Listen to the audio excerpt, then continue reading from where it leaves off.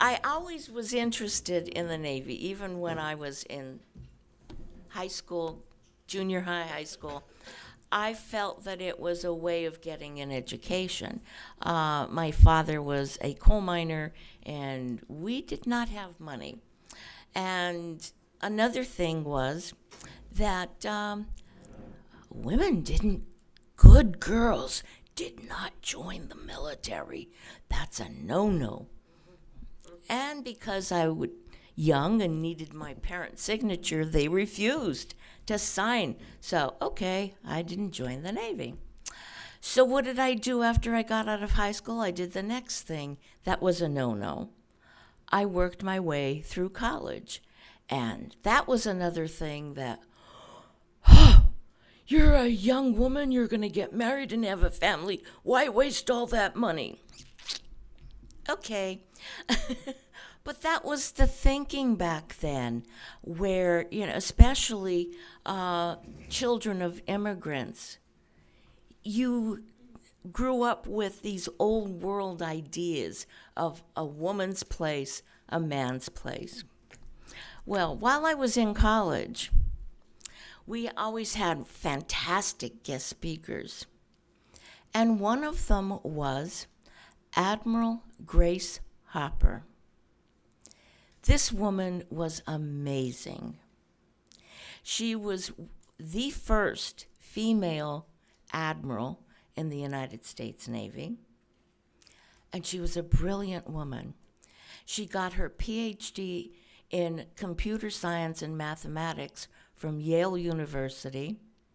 She taught at Vassar, and then during the Second World War decided that she was needed, like a lot of women, and joined the Navy Reserve. While in the Navy, she did amazing things. And those of you who are computer geeks will understand this better than me. But she did all kinds of programming with, and she was instrumental in developing the, I can't remember the name of it. A UNIVAC, that's what it was. She was instrumental in developing the UNIVAC 1. And as I said, I'm not a computer person, so it doesn't know. But she did, at that time you did COBOL and Fortran to do computer work. Well, she felt that what you have to do is use the English language. Why do you need a special language to do computers? So she was instrumental in changing the whole computer world, not just in the Navy. So when I met her, and after giving her speech, and I have a picture of her. I got the book just for her picture. I'll pass it around. She was this little woman who looked like a grouch, but she was amazing. She had all kinds of hoops to get over just to get into the Navy. So she inspired me. She said, you could do anything you set your mind to. And I thought, wow. But life gets in the way sometimes. So I got out of college, I started teaching, and I did other things. And the Navy was always sort of in the background. However, eventually I was with the Red Cross Blood Services. I was one of their field representatives, and I traveled all over Northeast Pennsylvania and New York and encouraged people to donate blood. My life was considered, when I worked at the university, I asked you for money. I worked for the Red Cross, I asked you for blood. In the Navy, because everybody is expected to do some recruiting, I asked you for your body. So I asked people for everything. and tried to extol the benefits of the military. And let me tell you, the military is so far ahead of the civilian world when it comes to especially women. No matter what your job is, you get paid according to your years of service and your pay grade. It doesn't differentiate whether you're male or female. And I have charts here that I'll pass out. You could look at them. And it gives pay grades for enlisted and for officers. And you'll see that you get paid for the job you do. The civilian world is still trying to catch up. How many have worked in fields where you did the same job and didn't get that pay that the guy sitting next to you got? It's really a shame. It really is. Women have always come forward. Just think about some of the big names, females. Remember Joan of Arc? How about somebody closer to home, Sarah Sampson? These are women who answered the call. Some gave their lives for it. There are so many things that women have done and they don't get credit for. Look at during the Second World War. What did the women do? The men had to go off and fight. Who took their place? The women. Women, Rosie the Riveter, they welded. They built airplanes. And once the planes were built, they actually flew the planes to the bases where those planes were needed. End of the war came. What happened to these women? Yeah, exactly. Bye-bye. Yes, you took a man's job. You did it well, sometimes better than a lot of the men, and didn't get much credit for it. It's really a shame that, women have so far to go still in this age. But women have contributed so much to the civilian world. Think about what Clara Barton did. Think about all those nurses during the Vietnam War.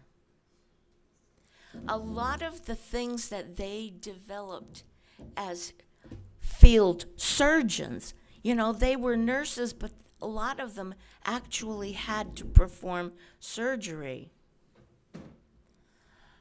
Women can do everything and anything. And until we stand up and say, hey, we're going to be fighting. And, they say, well, women can't do this, women can't do that. Well, I'm very familiar with the Navy. The other branches of the service, not so much. But women have proven that they could be bosun's mate, and that's one of the worst jobs. I'm sure Gil could answer that. Nobody wants to be a bosun's mate. But there were women who did. They wanted it, they fought for that position, and they got it. It's a very dirty physical job. You want to scrape the bow of a boat? That's what they had to do. Anyway, women, especially as I said in the Navy, they wanted to do things. They fought for things. There were also some sort of fallback. When I joined the Navy, physical fitness was you did female sit-ups, female push-ups. After my third year in, because women were pushing for certain jobs, the Navy said, okay, and they thought that by doing this they were going to discourage women. They said, You want to do a man's job? Well, you have to pass the men's physical fitness test. Now, I don't know how many of you do push-ups, but a female center of gravity is totally different. And trying to do a push-up, if you're not used to it, can be trying. But anyway, they instigated these new physical fitness tests. Well, they were surprised that the women didn't back down. And the more that they got, the more they pushed for. Now, you can find women aboard a ship, which during my time, that was a no-no. Now they're even on submarines, which, don't ask me why a woman would want to go aboard a submarine. My brother spent 22 years in the submarine service, and I used to visit his boats all the time. There is absolutely no privacy, none whatsoever, and the confinement is unbelievable. So I don't know why the women pushed for that, but they did, and hey, they get what they want. Think of how a woman protects. They say women shouldn't be in combat. Okay. As I said, I mentioned Joan of Arc and Sarah Sampson, and I'm sure there are many others. I have a book here, another one with women in the military, and they've done just about everything. They've gone into space, too. And yes, Sally Ride, but look at the latest one. She was only supposed to be there a week, and she ended up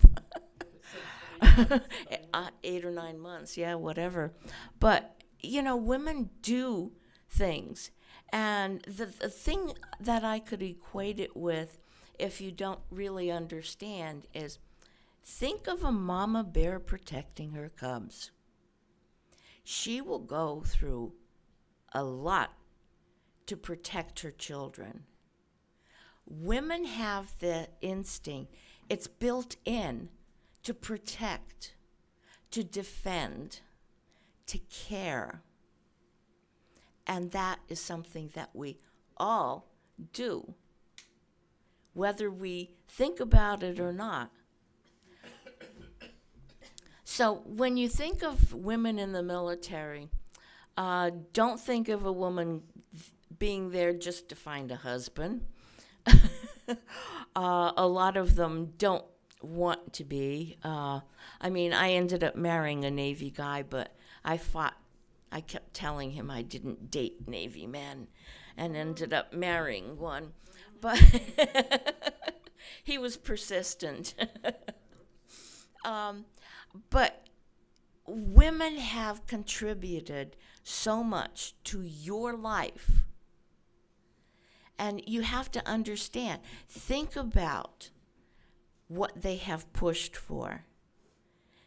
They keep pushing for pay.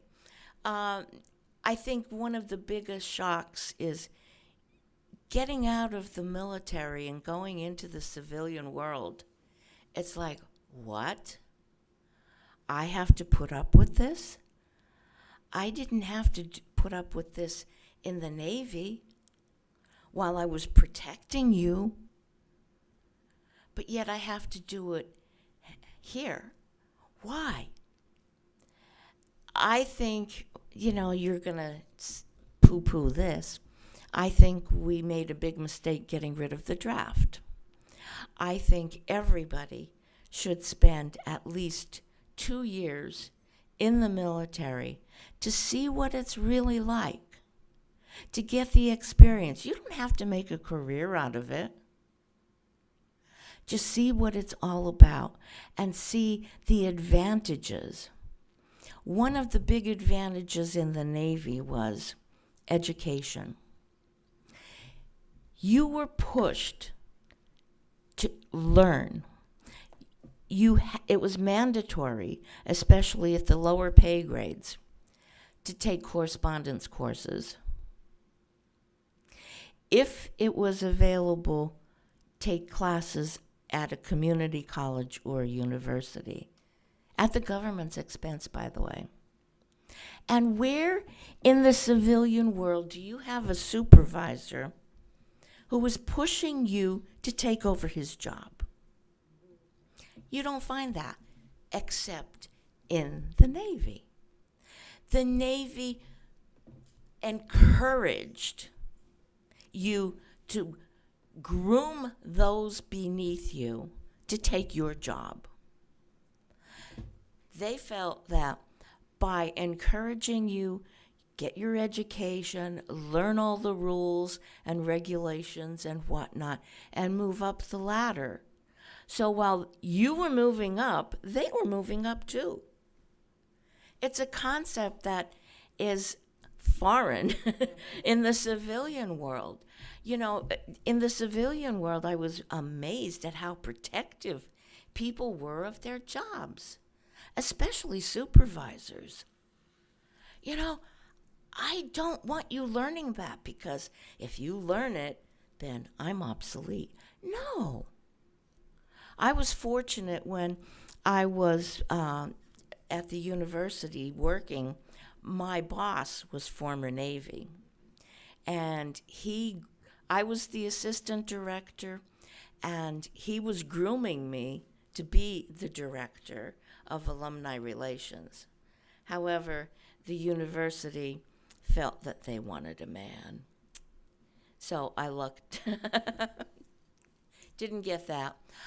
But it was unbelievable that this is something that is encouraged. And I think we need more of that in the civilian world. We need people to encourage growth, encourage education, encourage participation, do things so we all benefit. Getting back to Admiral Grace, feisty little woman. I hope you all got to see her picture. I mean, she was this tiny thing. She needed to push all kinds of buttons and whatnot because, number one, she was too short. So they said, oh, we can't accept you in the Navy. She was underweight. Can't accept you in the Navy. I know that for a fact. I weighed all of 98 pounds, and I put rocks in my pocket, believe it or not, when I got on the scale, because they didn't check, But I needed 2 extra pounds. I had to weigh 100 pounds to get into the Navy.